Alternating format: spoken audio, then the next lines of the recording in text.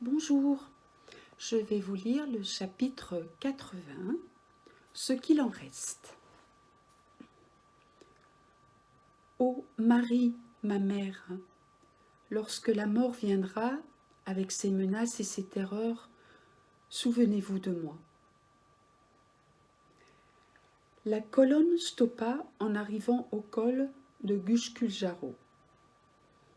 Isco resta appuyé à son renne de bas, fatigué.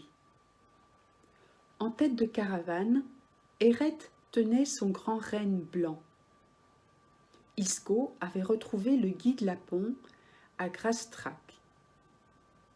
4 des 7 rennes de leur caravane étaient les derniers qui lui restaient. Les autres avaient été loués par Davet, dont le commerce prospérait toujours plus, tandis que la situation d'Eret et de bien d'autres Lapons se détériorait.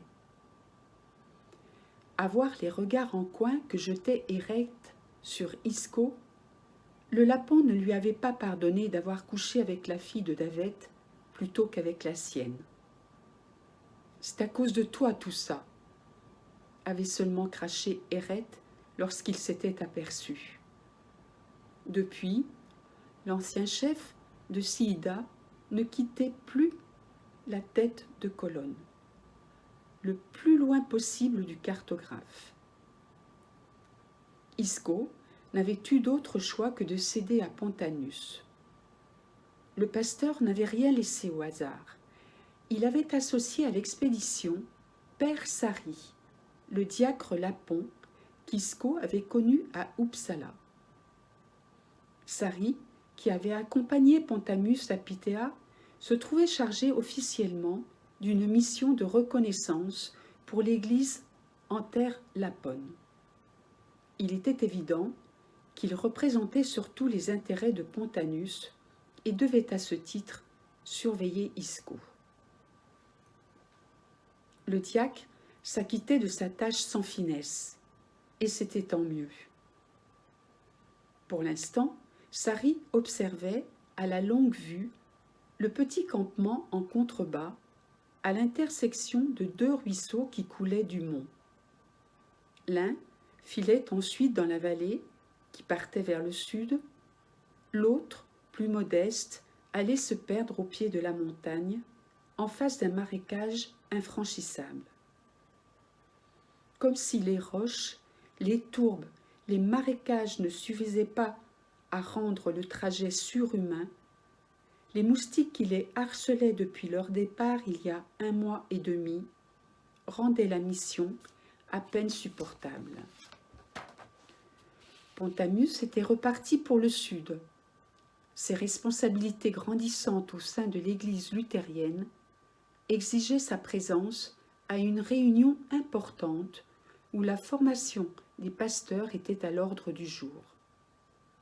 Sari n'avait pas caché sa fierté quand il avait évoqué Pontanus et son importance en début de voyage. Une armée de pasteurs, avait dit Sari. Grâce à monsieur le pasteur Karl, grâce à lui et à sa clairvoyance, les pasteurs vont porter la bonne parole royale à travers tout le pays, dans les temples, les chapelles, jusque dans les montagnes. Plus rien n'échappera à la parole royale et sacrée. Sari, dernier survivant des enfants Lapons d'Uppsala, ne serait jamais pasteur. Il n'en gardait pas d'amertume. Heureux de jouer son rôle, loyal à l'institution ecclésiastique. « Je ne vois aucune trace de vie, » lança le diacre. « Allons voir quand même. » La caravane descendit jusqu'au campement, aux abris en tourbe. Des pots de renne tendus enfermaient les entrées. Sari les y visita l'un après l'autre. Personne. Le 3e campement, vide, trouvé depuis leur départ. Isco entra à son tour dans les cabanes. Il trouva un porte-bébé brisé. Des vieilles peaux de renne pourrissaient, de la toile entassée dans un coin. Isco la déplia. Elle était moisie et rongée. Des branches d'arbustes au sol. Rien de personnel. Sari l'appela. Près de l'un des ruisseaux, des tombes sommaires avaient été éventrées par des crues. Les cadavres avaient roulé le long de la rive. Isco en compta 3. Que des hommes, enfin ce qu'il en reste, commenta Sari. Ils avaient fait le même genre de découverte dans un autre campement abandonné. Il observa les corps. Ils n'étaient pas là depuis longtemps, quelques jours à peine. Déjà à moitié mangés par des bêtes. Impossible de déterminer les causes de leur mort. Leurs yeux étaient arrachés. Des insectes grouillaient dans les plaies que les aigles ou les lynx avaient provoquées. Vieillesse, maladie, accident ou autre. Où avaient disparu les autres habitants du campement? Pourquoi l'avaient-ils quitté? Ils avaient localisé ce campement grâce aux charognards qui volaient en cercle. On aurait dit que les montagnes se vidaient. Tout sentait la mort. Isco regardait aussi loin qu'il pouvait, mais il ne voyait que l'enchaînement des montagnes et des lacs. Les lapons quittaient parfois leur campement pour y revenir à la saison suivante. Mais cette fois-ci, c'était différent. Depuis leur départ, Isco s'évertuait à entraîner Sari sur de mauvaises pistes pour ne pas risquer de trouver Sakar. Les lapons qu'il croisait parfois donnaient des renseignements contradictoires. Aucun n'évoquait son nom, soit par ignorance, soit visiblement pour le protéger. Mais tous semblaient savoir quel chaman, différent des autres, vagabondait dans les montagnes et qu'il redonnait espoir aux lapons. Ils s'installèrent pour la nuit dans l'un des abris en tourbe. Sari s'était allongé et mangeait un morceau de fromage. Un lapon préparait une soupe avec des poissons pêchés dans une rivière. « Nous retournerons sur Pitéa demain, » annonça Isco. « Nous n'avons pas encore trouvé l'homme, » protesta Sari. Le pasteur Pontanus a été clair. Il faut ramener ce chaman. Nous reviendrons avec la neige. Nous perdons trop de temps sur ce terrain. Ce n'est pas le pasteur Pontanus qui traverse les marécages, se brise les pieds sur les rochers, se fait sucer par les moustiques. Mais le pasteur Pontanus dit que c'est important pour réaliser le destin du royaume et unir le pays. De quoi parles-tu? Je comprends pourquoi tu n'es pas devenu pasteur. Tu racontes des bêtises. Je ne raconte pas de bêtises. Sari s'était enfin vexé. Isco attendait la suite. Les lapons croient que ces terres sont à eux. Regarde-les. Regarde celui qui m'a servi la soupe, des bons à rien. Le pasteur Pontanus, il dit que ce sont les Indes de la Suède et que ce serait un péché de les laisser sans rien faire. Regarde ce lapon, il ne fera rien. Il faut dire, le pasteur Pontanus, lui, il est intelligent. Les gens à Stockholm ont compris.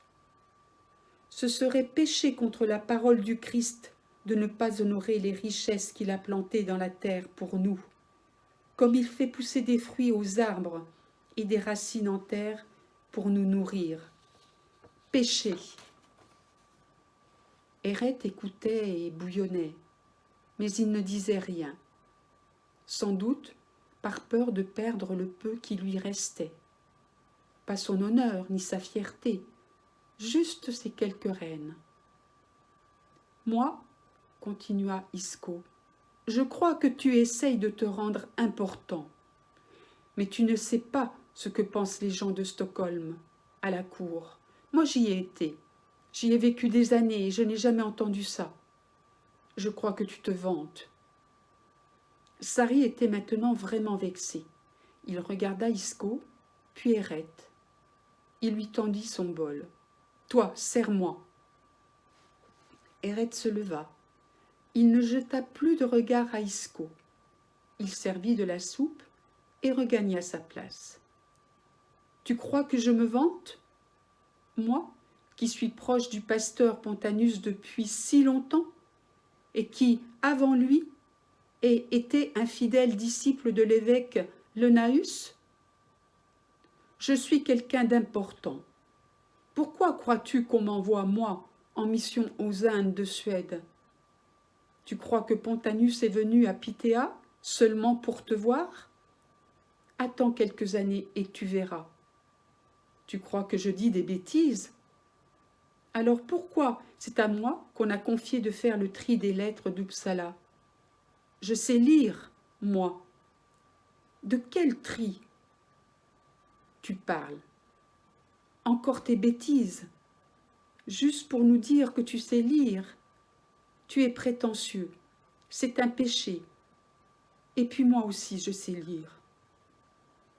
Père Sari reposa brutalement son bol sur le sol, renversant ce qui restait de soupe. « Non, non, tu ne sais pas. Le Seigneur m'a donné assez d'esprit pour comprendre quand des lettres sont écrites par des hérétiques. Moi, j'ai pu lire tout ça, et j'ai tout brûlé, comme m'a ordonné le pasteur Pontanus. » Isco feignait l'indifférence, mais les révélations involontaires de Sari l'inquiétaient. Pourquoi Pontanus éliminerait-il toutes les traces de contacts anciens entre missionnaires catholiques et Lapons? Car c'est de cela qu'il devait s'agir. Père Sari avait repris son bol et se perdait dans l'observation du fond. Il ne parlerait plus. Eret restait immobile. On voyait à peine le blanc de ses yeux fixés sur les braises. Quelle serait sa place dans ce qui se préparait? Isco se leva et fit 2 pas vers Eret. Il prit son bol à terre, le remplit de bouillon et le tendit au vieux Lapon. Voilà, à bientôt. Au revoir.